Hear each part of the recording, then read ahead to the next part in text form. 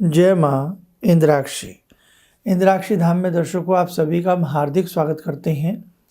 आज के दिन जिन जातकों का जन्म दिवस है, मैरिज एनिवर्सरी है, उन सभी को हमारी तरफ से बहुत बहुत शुभकामनाएं।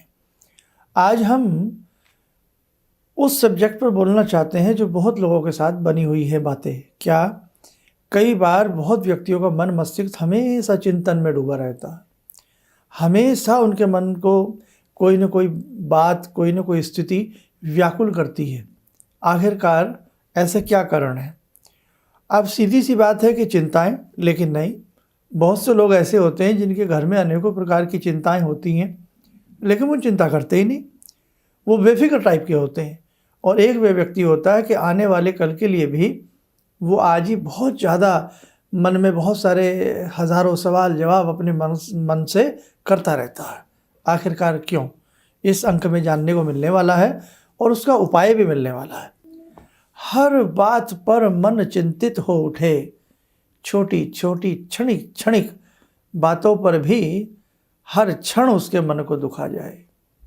आखिरकार ऐसा मन व्यक्ति का क्यों होता है? डर लगे तो राई के दाने से डर लगे, और जो व्यक्ति ना डरे हैं तो सिंह की गर्जन से ना डरे हैं। अपना अपना स्वभाव होता है, अपना अपना सबका मन होता है। रात को चिंता करते करते सोए और अनेकों बार चिंता में ही आंख खुली, और जब सुबह भी उठे तो मानो सुख की नींद ना मिली हो, हम चिंता में ही उठे हों। हम खाना खाएं तो साहब चिंता में खाएं, हम स्नान भी करें तो चिंता में करें, हम किसी की विवाह शादी में भी जाएं तो मन में चिंताएं लेकर के जाएं। उत्सव हो, लेकिन उत्सव में हमारे मन में उत्सव ना हो, बाहरी उत्सव हम दिखावे के लिए करते रहें। आखिरकार ऐसा हमने किसी का क्या बिगाड़ा है? ऐसा हमने क्या किया है कि जो हमारे मन से चिंतन जाता ही नहीं?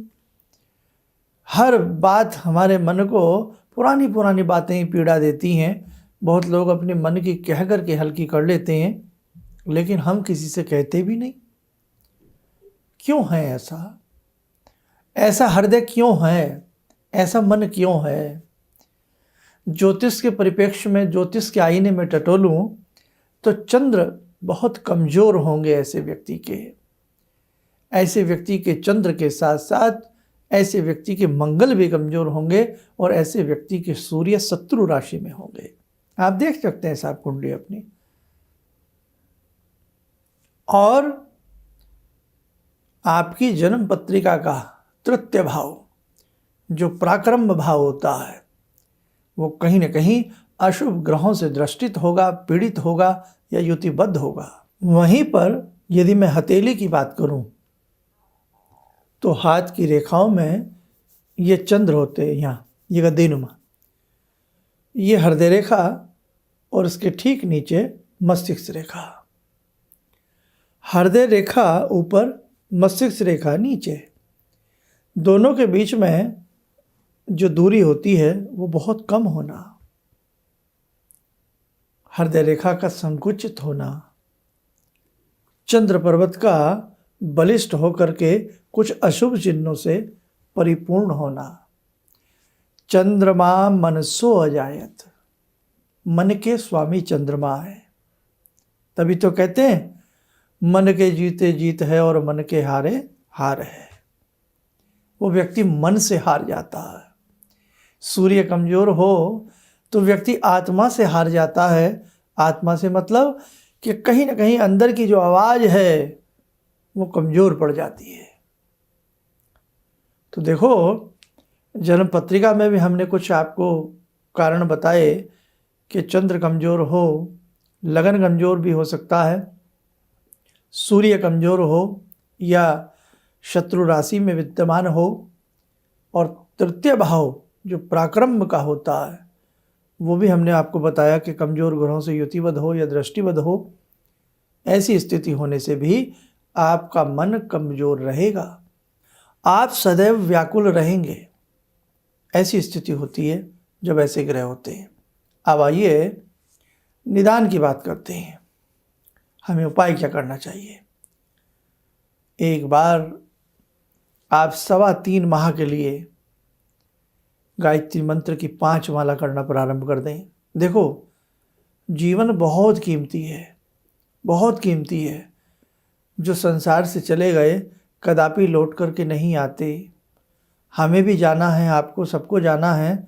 हम पुनः लौट करके इस रंग में, इस स्वरूप में, इस नाम में, इस गोत्र में, इस कुल में, इस परिवार में तो नहीं आएंगे।